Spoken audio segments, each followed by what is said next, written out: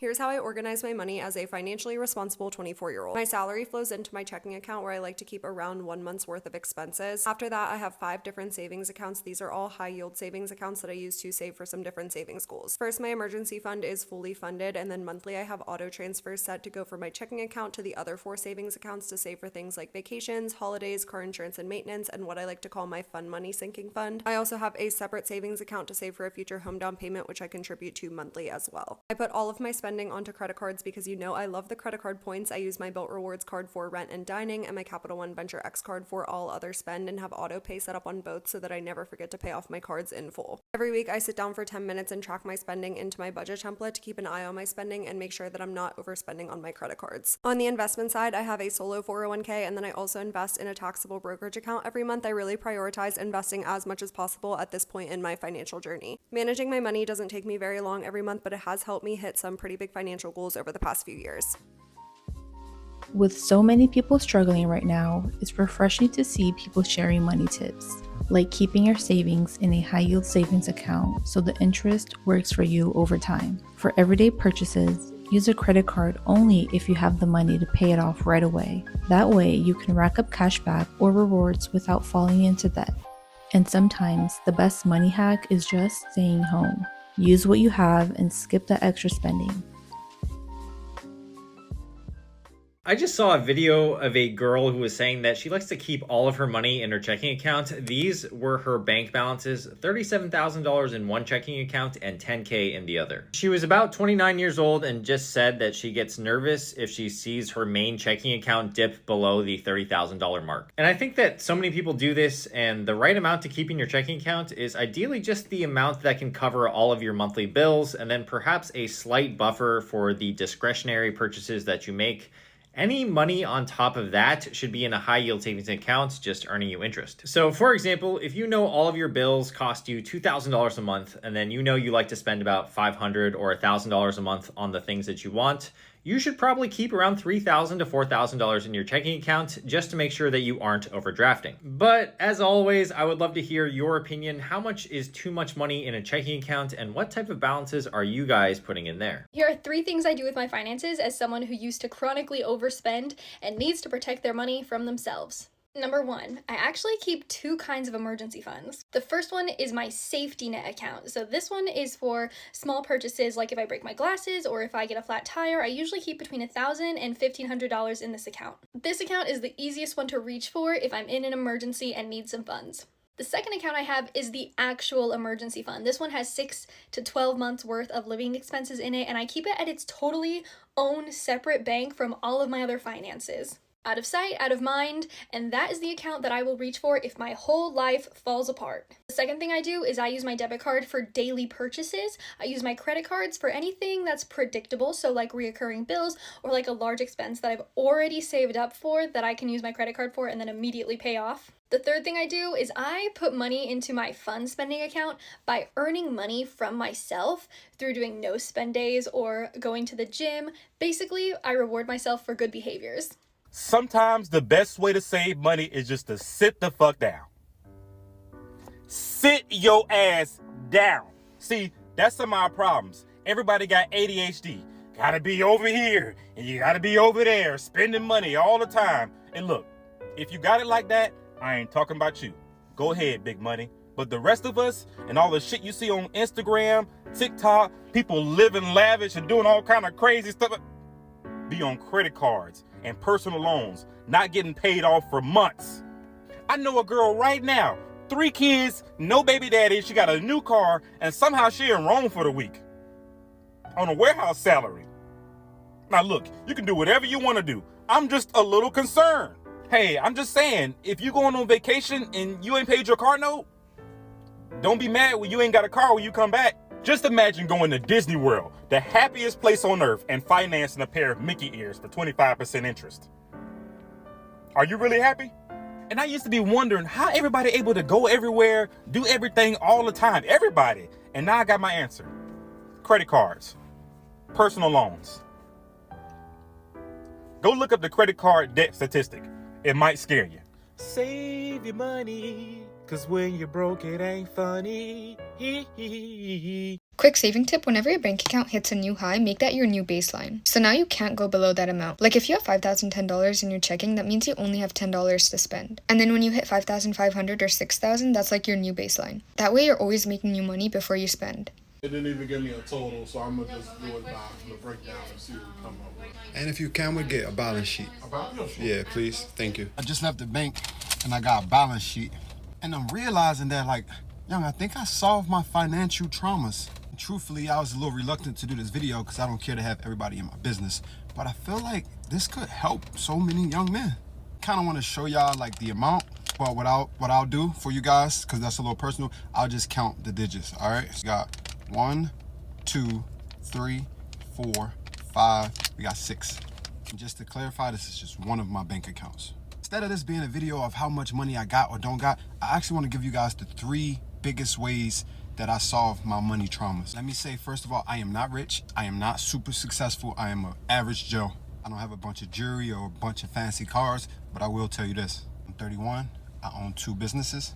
My mom is retired. She owns her home, and she's only 50 years old. She just turned 50. I don't rap. I don't play sports. None of that shit.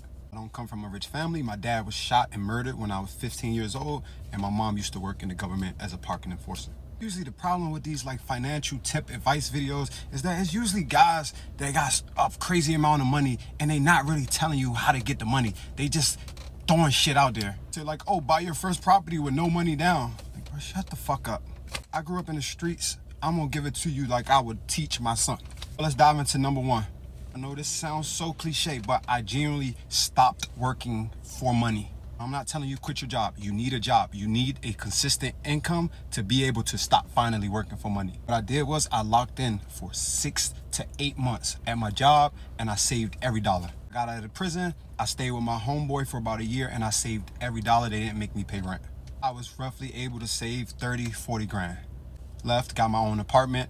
I bought a few necessities for my crib and for my home, and that was it.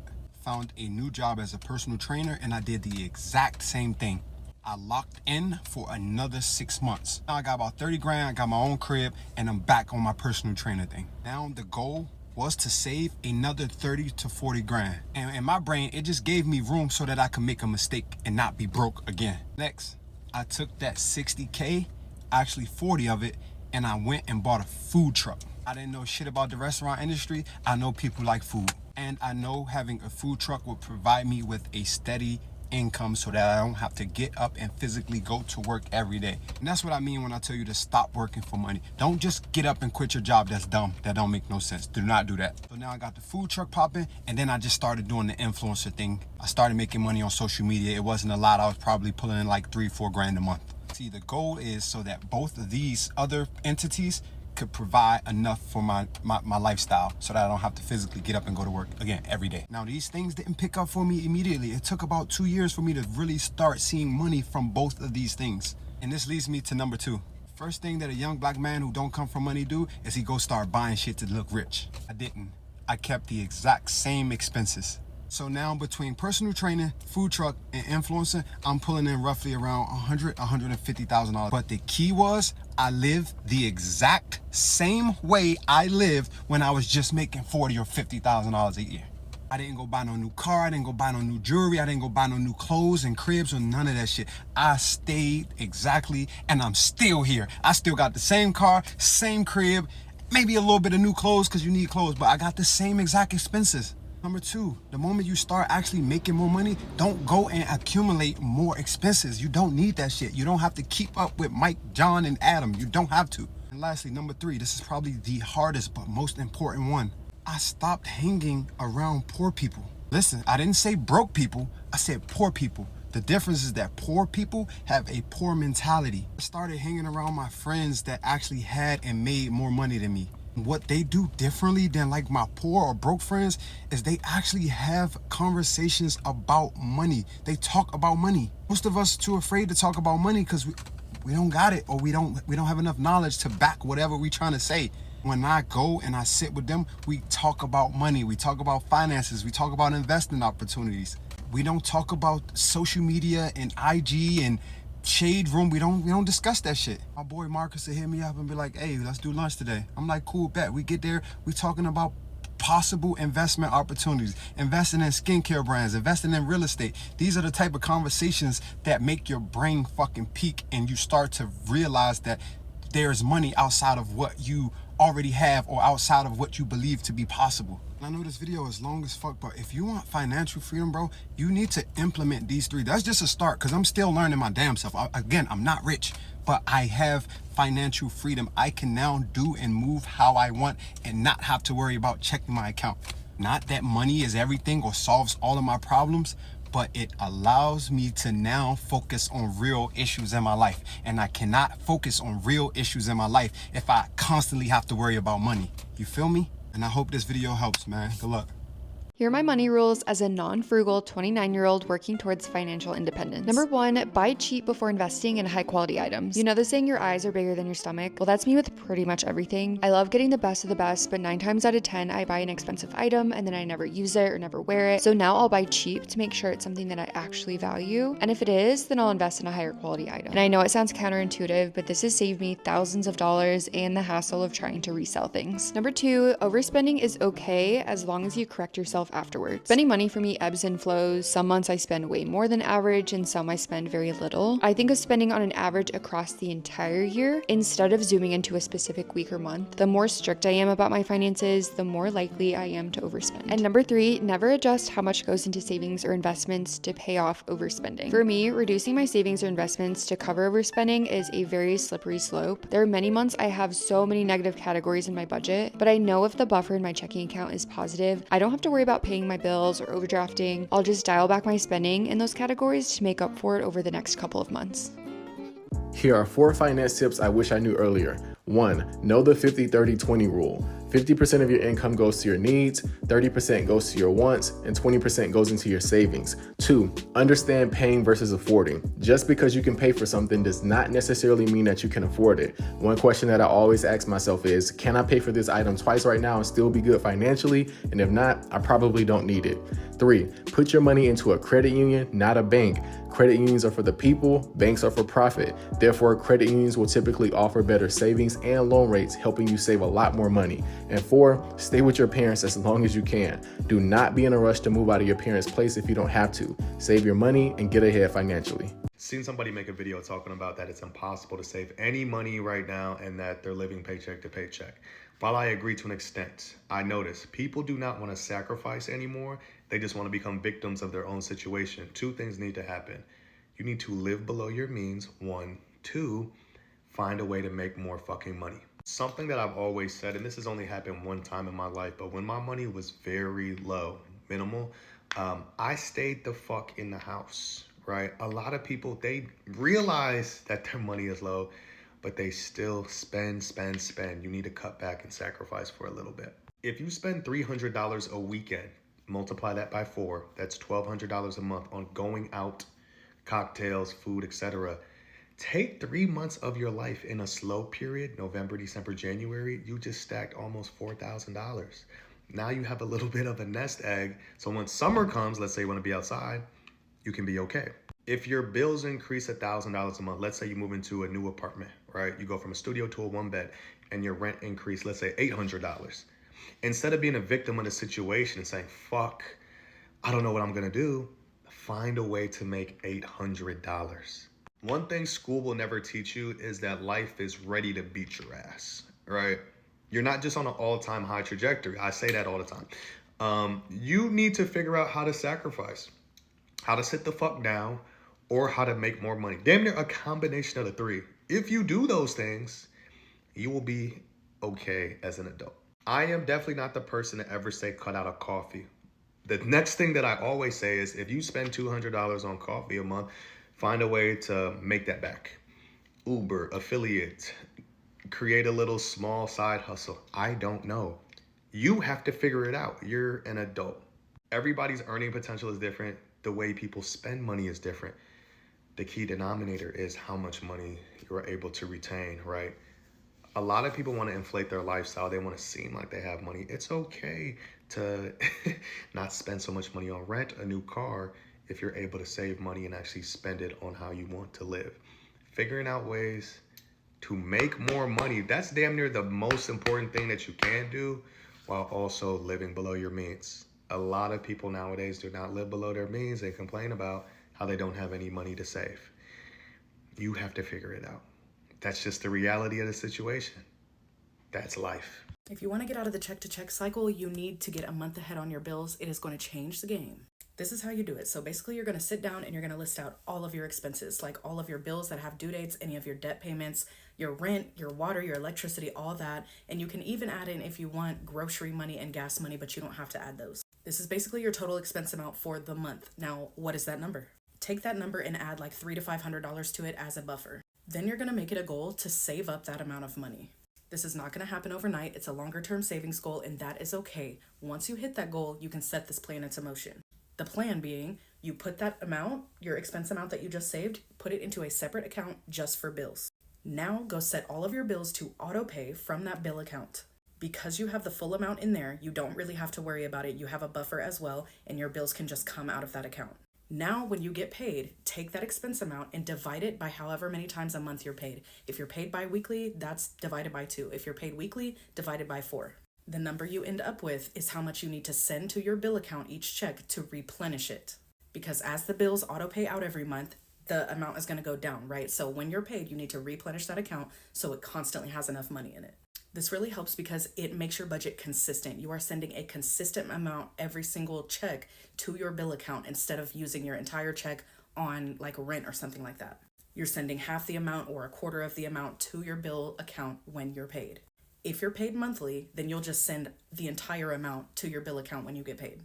This is going to make it to where all of your bills are auto paying out of that account. You're no longer stressing about them. You're not even really thinking about them. They're paying themselves. And then when you get paid, you replenish that account. This allows you to get out of the check-to-check cycle because, like I said, it makes your budget more consistent and you're spending a lower amount per check on your bills instead of spending your whole check on one bill. Then later on your journey, you can go a step further by making all of your bills come off of a credit card to get rewards points or cash back or travel points or things like that. And then you do the same thing to your bill account, but you take the money in your bill account and you pay off your credit card each month. Try this out and see how it works for you. This changed my life. This has changed a ton of other people's lives too. Let me know in the comments if you have any questions and follow me for more. If I had nothing in savings and needed to build it up fast, here's exactly what I would do. First, I would immediately analyze exactly what I need and what I don't need and decrease the things that I don't need or eliminate them altogether. Start with subscriptions. A lot of us spend so much money on subscriptions and we have so many at such low prices that it adds up to a lot that we don't even realize it. Secondly, set a goal for how much you want to save because it's not enough just to say I want to save money because you can save $10 and congratulations, you saved. But set a goal, a realistic goal of how much you want to save. I always suggest building up an immediate fund of at least $1,500 to $2,000 for starters. Once you have a goal amount saved, now break that down. Put $200 away this check, $100 away this check. I always recommend putting at least 10% of each check away by paying yourself first. And if you have a hard time saving money, automate the savings. Have an automatic 10% go to a whole separate account that you don't use every day that you can't just log into and transfer money from your savings to your checking account. And if you want to save really fast, get a side hustle. Get another income that's solely used for building up your savings account. Don't use that money or put it anywhere but inside your savings account. But the very best thing you can do is to start right now. You don't need a lot of money to start building up your savings. Small amounts add up. You just need to be disciplined and you need to be consistent. Things I've learned as an adult, money management edition. I talked the other day about credit cards and I mentioned in that video and another video that you need to separate your expenses. You need an account for spending. You need a checking account for bills. The reason why I said that is because it's important to separate your expenses so that you don't dip into the money you need for your bills, trying to pay for the things that you just want to buy, like clothes and food and things like that. And the way you start to separate your expenses is you just create yourself a monthly expense sheet. And that sheet is just going to have all the things that you pay for in a month. This is what mine looks like. It's so simple that I created it in my notes. So you don't have to do anything like extra crazy to do this. As you see, I have my necessities category, which has my groceries, gas, phone bill, rent, and renter's insurance. And then I have my recurring payments right here, which is my check, Planet Fitness, Spotify, Hulu, check because I'm a college student and I have math classes. And obviously my monthly total is $1,600. With that being said, I know that in my bills account, I need to always have at minimum $1,600 in that account so I can make sure I can pay my bills. I typically have $2,000 just in case I'm ever having an off week, but I always have at least $1,600 in that account.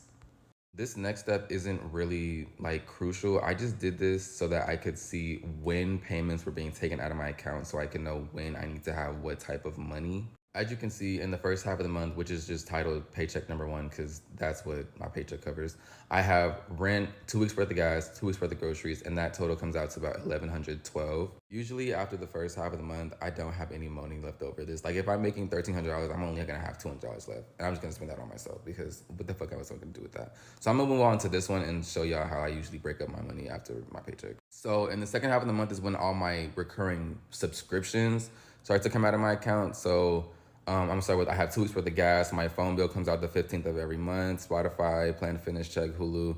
Those come out at the end of the month. I have a Roth IRA for my retirement so that I can have money when I get all this shit. And 2 weeks worth of groceries. And all of that combined usually amounts at most to $487. Now, if I'm making $1,300 and my bills for that 2 weeks is only coming out to at most $487, I'm gonna have $800 left over. What do I do with that $800? Well, I put about $300 of it into my savings account so that I just have emergency money, and that just grows and grows and grows. And then I keep the other $500 for myself. And now that $500 goes into your spending account, and you got $500 to do whatever the fuck you want with. Now, this system right here, these two, this is how I manage my money and make sure that I can always pay for my bills before I start paying for my wants. When you have a system that shows you what's being taken out of your account and when it's being taken out of the account, you don't feel like you're sinking or struggling to pay your bills, because if you set up a routine to pay your bills, you'll always have them paid. I'm gonna say this once very aggressively. Do not ever pay for your wants with your bills money.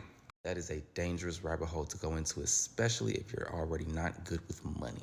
Hope this helped you. Toodles! Let's talk about how I organize my money as a financially responsible 26-year-old. Now, I have 6 accounts that I hold my money in. 2 of them are the same. I have 2 checkings accounts. Now we're gonna start with that, okay? I have one with Chase and one with Capital One. I solely use checking accounts for the money that I need to pay bills and pay things that are in the next 2 weeks or a month or so.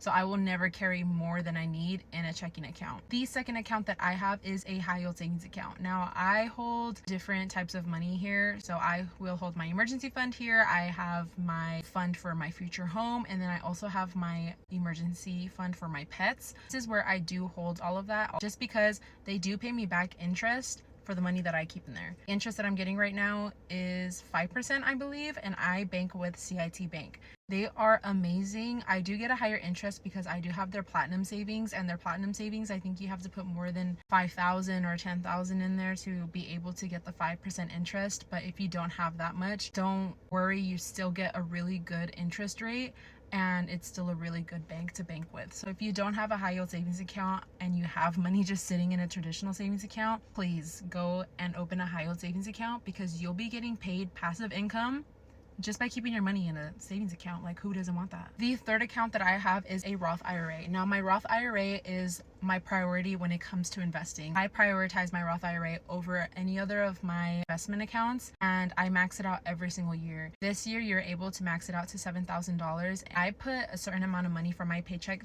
straight, like right when I get paid, it goes straight to my investment account, and I go in every Friday when I get paid and I invest it into something, because I'm not going to miss out on those gains, and time is my friend. Okay, I'm young. Compound interest is amazing. So if you don't have a Roth IRA, it's not too late to open one up, reap the benefits. Okay, go open one, start investing, max it out if you can. If you can't, that's no problem, it's okay, but go open one. It'll be your best friend. Now, the fifth account that I have is my 401k. Now, my 401k I do have with my work. I've had that since March of last year, and it's actually done really good for me. In the beginning, I did invest about 16% of my paycheck, and then I went down to 8, and now I'm going back to 10. You can really see what percentage of your paycheck you want to invest. There's no percentage that you need to, although if your company does do a match, I would invest the match so that you can get the whole match. So for my company, they gave me a 4% match. So I make sure that I'm putting that 4% in so I can get that full percent back from them.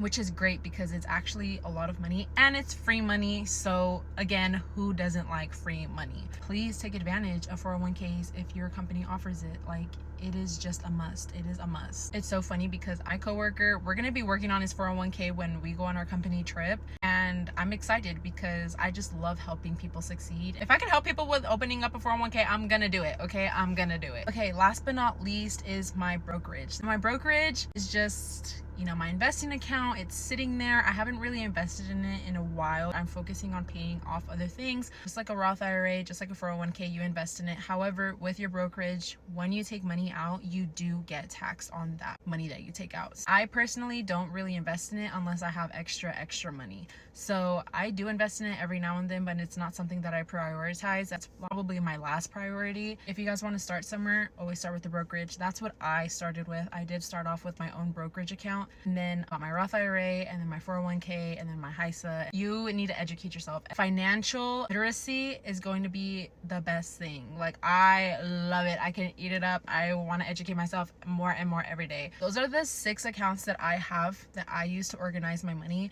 If you guys want a little breakdown on the accounts, just let me know and I'll be more than happy to do that. All those accounts, I do recommend having a checking account. Everyone's gonna have a HISA. I highly recommend you get a HISA, just as Roth IRA. If your company has a 401k, get it. If they have a match, remember to always be putting that match in. If you have a brokerage, if you want to invest in that, that is up to you. No, do not listen to what anyone has to say. You invest in what you want to. Just a little tip, if you're new, don't be investing in individual stocks, okay? Invest in index funds and ETFs. I personally like VOO. I invest more in VOO and BND, which are bonds, just to balance my thing out a little bit. That was it. I hope you guys enjoyed the video. Happy 4th of July, guys, and I'll talk to you guys later. Bye! These are the 4 money habits that most people are making that are keeping them broke and how to fix them. Hi, if you're new around here, my name is Dom. I'm a 28-year-old remote software engineer living in Washington, D.C., and I like to make content all about money and financially conscious lifestyle content. So if that interests you, definitely give me a follow, a like, and share this video with somebody who you think will help. Number 1, you're paying yourself last. And by paying yourself, I mean putting money aside for either your long-term or even short-term goals, things like buying a house, retirement. And I tended to do this a lot when I first got out of college, and I noticed that my discretionary spending would increase a lot throughout the month because I felt like I had the money to do so, when in reality, I just wasn't setting aside money for myself. Go ahead and eliminate this problem by setting aside a portion of each of your paychecks into retirement savings or any other goal-based savings account before you do anything else with it. Number 2, your finances are disorganized and all over the place. A clear indication of this is your bills not being paid on time, constant overdraft fees, or limited or non-existent savings. To fix this, you need to start budgeting so that you can see what money you have coming in each month and what money you have going out. Now, I like to manually budget using a Google spreadsheet because I think it keeps me more intentional about my purchases, and the exact template that I use is available for download in my link in bio. But even something as simple as writing down your monthly income and your monthly bills on a piece of paper is a great first step. Third thing is not investing your money. One thing's for sure, to grow your money and to build real wealth, you're gonna have to start investing. Saving money is one thing and it's great, but if you don't invest it, you're only gonna get so far. First, you're gonna take advantage of any employer-sponsored retirement accounts, especially if they offer a match. And then next, you're gonna go watch my other videos on all the other investment accounts that are out there for you, and you'll figure out which one is the best one for your individual goals. And the fourth one is the one that we've all been guilty of at some point in our lives: living beyond your means, or keeping up with the Joneses, whatever you want to call it. Signs of living above your means are things like only being able to pay the minimums on your debts each month, not being able to save any money, and living paycheck to paycheck. The most important tip for living within your means is to understand your cash flow, and the best way to do this is by tracking your expenses each and every month. Listen, all in all, developing good money habits takes time and consistent effort, so just be patient, address these bad money habits, make positive changes, and just build towards a healthier financial future.